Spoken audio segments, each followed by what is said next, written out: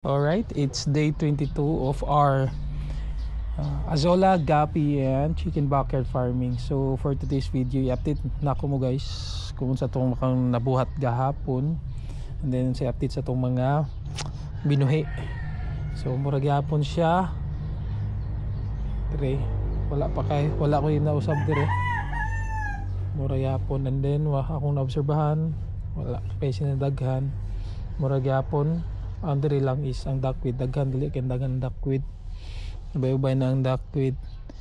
Ayun, okay na, mura na sila ang mga so far mga isda paghapon, mga aquarium na skillet na Sprite. Then diri nga part ang atong mga Azolla, wala man daghan, mura sila nga matay wag nga sunog atong mga Azolla diri ang sa kay rason. Then diri duckweed, los pagking duckweed pero na pinay fry gamay. So sila da diri gikuhaan na ako gapon, gibawag na ako sa office po. Diri gikuhaan po na ako kay i-transfer na ako.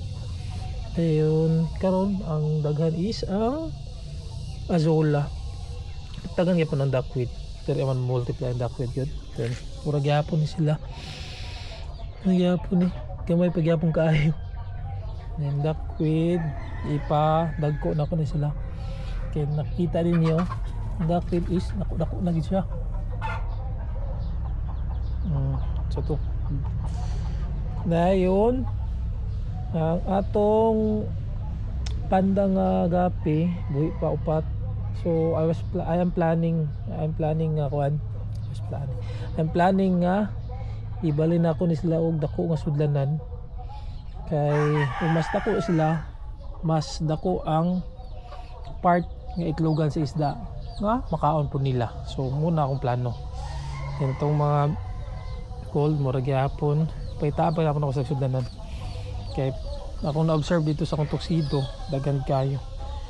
And red duckweed kaya po yung dominante, then na nagmiga nga kuan duckweed, so good kayo. Dire giduwagan na ako tubig. Dayon ang akong mga black is wala pa nag release og mga fry. Kaya murag ibalay na ako na yung mga uban ani kay para dali mo dagko, kay dugay dagko iri.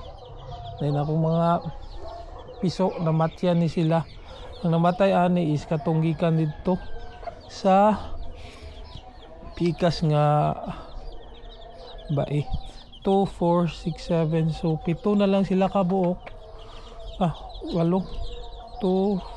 4 6, 8. So kaning gamay sure ni nay gamay sure dito nagikan, mura may gamay ilan man nato ang dire kay dagko ubay man sila, buyag man sila dagko. Dayon dire is mura pa na pa fish. Dire giduwagan ako, ibutangan ako ni ogwan Azolla gapi. Azolla gapi. Azolla og duckweed. Dire giduwagan pa na ako isa ka scoop gikan dito sa pikas. Kay buyag murag na improvement. Kini nadaghan ba ni napuno daghan ba kani sila. Ikuhaan ako. Ibalhin ako sa uban.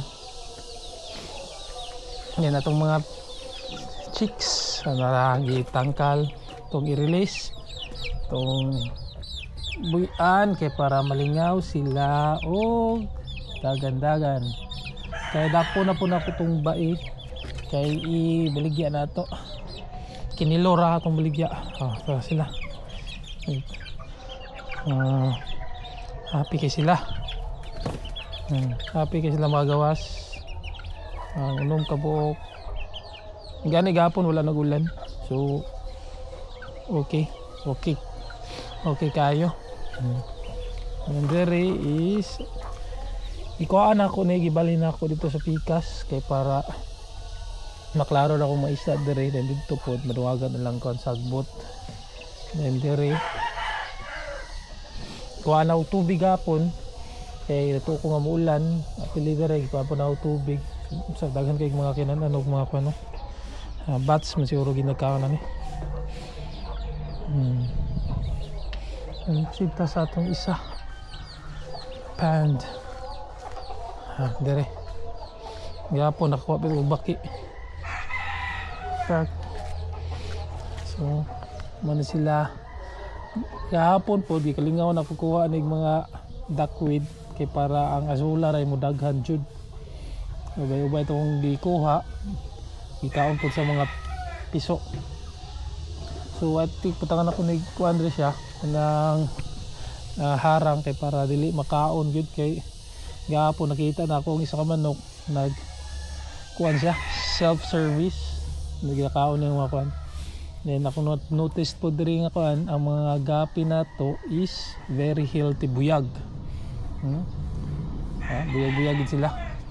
So I think it's a good sign nga if dako gid ang imong space mas healthy sila kay layo ilang langoy-languyan and then daghan pud lamok makaitlog which is ilang food muna nga buyag sila. Dayon nya na po dayon pagkuhaan na po nako ning mga duckweed kay para ma-pure azola ra gini sila tanan. Nakalingawan lang. Dugay gini mahuman kay sige pa multiply ang duckweed. But anyway, still lingaman. Dayon dere. Muna akong hindi rin ako ibalhin ang katungkuan ang uban nga azula and duckweed. Then gikuhaan po na ako ng tubig. Then katong po dahil pan kuhaan po na ako ng tubig kay ga overflow na siya. Ang gapon gidakop na ko ang buyog kay para mangisog na gid ayo kay kitawan eh actually naman sa suko-suko sa mga mas kuan siya mas isog. Ayan, proceed ta sa isa last